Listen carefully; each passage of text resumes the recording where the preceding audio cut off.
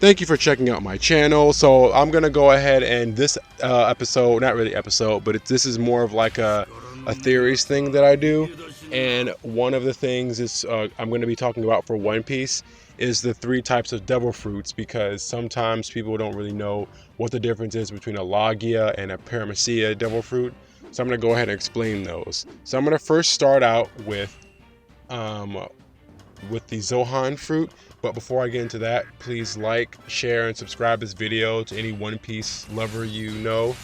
So I'm gonna get into it saying that the Zohan fruit is the devil fruits basically are fruits that you eat. They give you magical powers and they take away your ability to swim. So the first classification is Zohan. Zohan itself is divided into, I guess, like 3 or 4 different classifications. And one of those classifications are turning into animals. So turning into a dog, a sheep, a cat, a mouse, anything like that, a wolf, any type of animal that you want. That's basically it. I mean, there's nothing really more to say about the Zohan fruits. And there's also, you can turn into a human too, which there's an animal who can turn into a human in the show. But that's for another video. The second classification of the Zohan fruits is the ancient types. So these type of fruits, they're the same classification. They're Zohan fruits, but these fruits let you turn into ancient animals. Like you don't turn into like a cat, a dog, a mouse, a tiger, a lion, a bear. You turn into ancient animals like pterodactyls, Tyrannosaurus rexes, mammoths, any type of animal that lived in the past. Woolly mammoth, you'll have your, yes, a pterodactyl, you'll have a stegosaurus, you have all these ancient animals per se. Then you have the mythical Zohan class. That is the Zohan fruits that let you turn into mythical animals, such as a phoenix, the nine-tailed fox, the multi-headed Yamata snake. Then there is the dragon. Any type of mythical animal, it falls into that mythical Zohan fruit classification. So an overview of the Zohan type fruits is that it lets you turn into any type of creature you want, but the different classifications of that Zohan type fruit tells you what type of creature you're going to turn into, whether it'll be an ancient animal, a mythical animal, or just a normal animal like a farm animal or a domesticated animal or wild animal, anything like that. The second type is the Logia. Logia fruits are the type of fruits that let you turn into, or they give you powers to turn into and create natural elements such as fire, ice, wind, assumingly, water, assumingly, lightning, sand. All these different things are made by, basically, they've been on Earth for millions and millions of years. So this gives way to, how can I put this? This gives way to normal people being able to turn into elements. So these elements, you can turn them on and off, and you can basically have this element in your body, and you can just make the element out of nowhere. That's basically what it is. There's no type of classifications or anything like that. But the real classification ones come into the third type of devil fruit, which is the Paramecia class. The Paramecia class is basically, it gives you if you eat a devil fruit, it'll give you any power that's not Logia or a Zohan. That's like the best explanation I can give, because there's so many different Paramecia class type fruits that it's just crazy. Like it gives you the ability to turn into rubber, slow down people, it'll give you the ability to turn people into stone, things like that. So Paramecia, you can classify that into 3. It falls under 3 different rules, basically. The first rule is that you're able to manipulate your environment.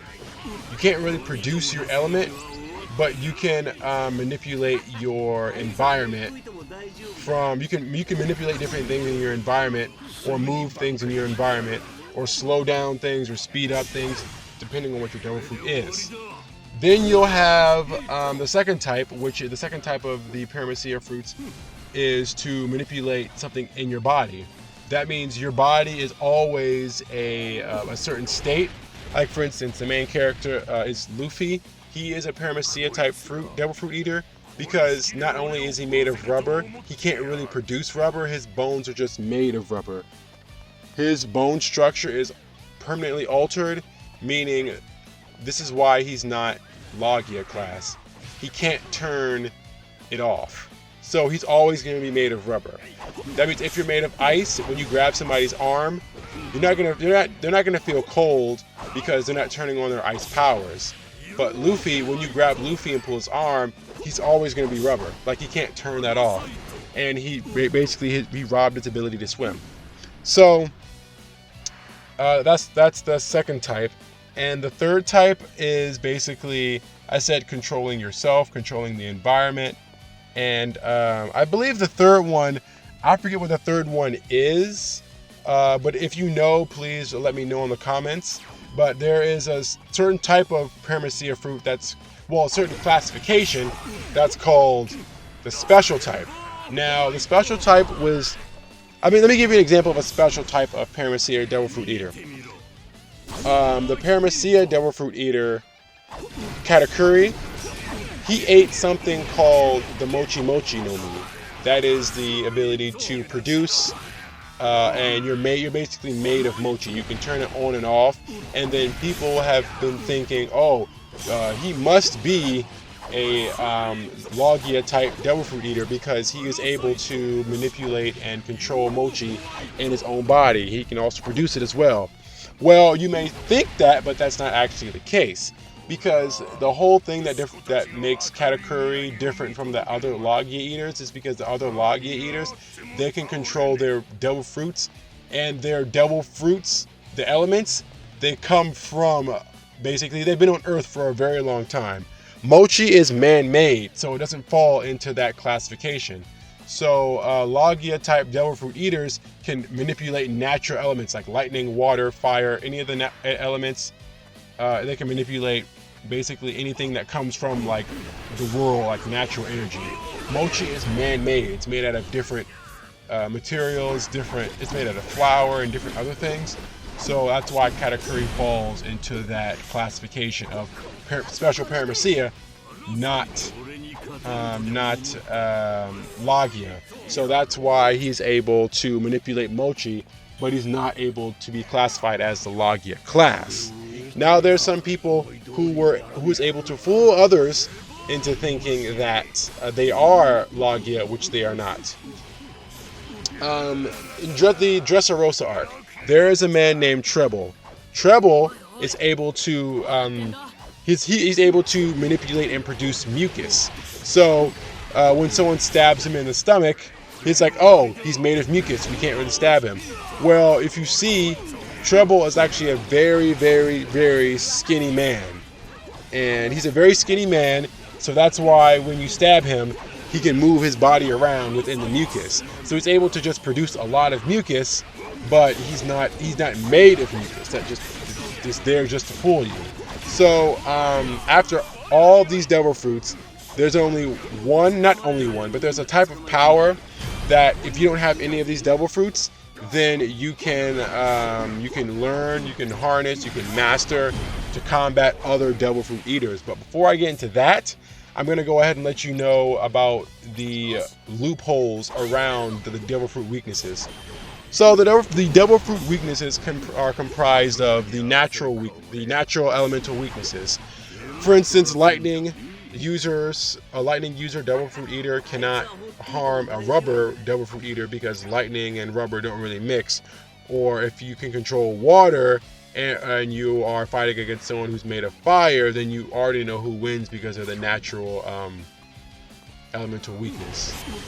So, but all of these devil fruit eaters share one thing in common, is that they have their ability to swim robbed from them once they eat the fruit. Now, one person in particular has found a loophole around this, and that person is Aokiji of the former Marines. So Aokiji, is able to control ice. He can turn things into ice. And so that means if he were to fall into the ocean, he won't be able to swim, and his power will continuously be drained, and he'll die. But if once he hits the water and he freezes the water and it turns into ice, he really isn't affected by the weaknesses anymore. So the only thing that he is weak against is the devil fruit's natural weakness, which is fire or magma. So the one thing that can, not the one thing, but like the thing that you can harness that I said before is Haki. Haki is a type of, it's a type of energy that is classified into three groups. There's the Conqueror's Haki. Conqueror's Haki is basically a projection of your own will. Only 1 in a million people know this, and the projection of your will can go into the entire area and start making people faint. So unless somebody is equal in your power or stronger than you, then you will, that person will faint. You'll be able to make them faint. The second type is Observation Haki. Observation Haki lets you read people's aura. You can sense when things are coming, and you can see basically people through walls, basically. So having that ability is good for people who are snipers, basically anybody, really. Like, who wouldn't want to see through walls? Like, that would give you a better sense of where people are, basically. And before I get into the third type, I want to let you know that Haki gets stronger in battle. So people have heightened their senses for their Observation Haki to go so far as to read the future, because they can observe things so much. They can observe the area and things so much that they're able to heighten their senses to a degree where they can read the future, and they can tell the future for like a short amount of time. But that's only if you basically mastered the Observation Haki. So the third type is Armament Haki.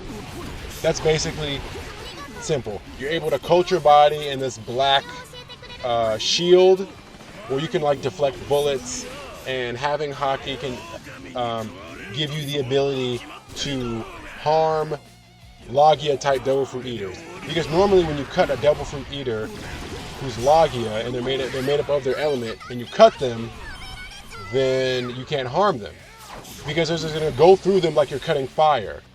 But if you have Sea Prism Stone, which Sea Prism Stone is something that you are able to use to hurt devil fruit eaters, because Sea Prism Stones contain the power of the sea. Therefore, sea weakens the devil fruit eater, so they can harm the devil fruit eater with that Sea Prism Stone. So people can use Haki to harm devil fruit eaters who can't be harmed by any other methods, basically. So a mastery of Haki can give you the ability to stand up to even the toughest devil fruit eaters. So as of now, that is my entire spiel on devil fruit eaters. I'm going to go ahead and make another video focusing on another topic. Please let me know if you would like me to focus on another topic. If you don't really understand a certain topic, I'll be glad to explain it to you. Please like, share, and subscribe, and I hope you have a wonderful day.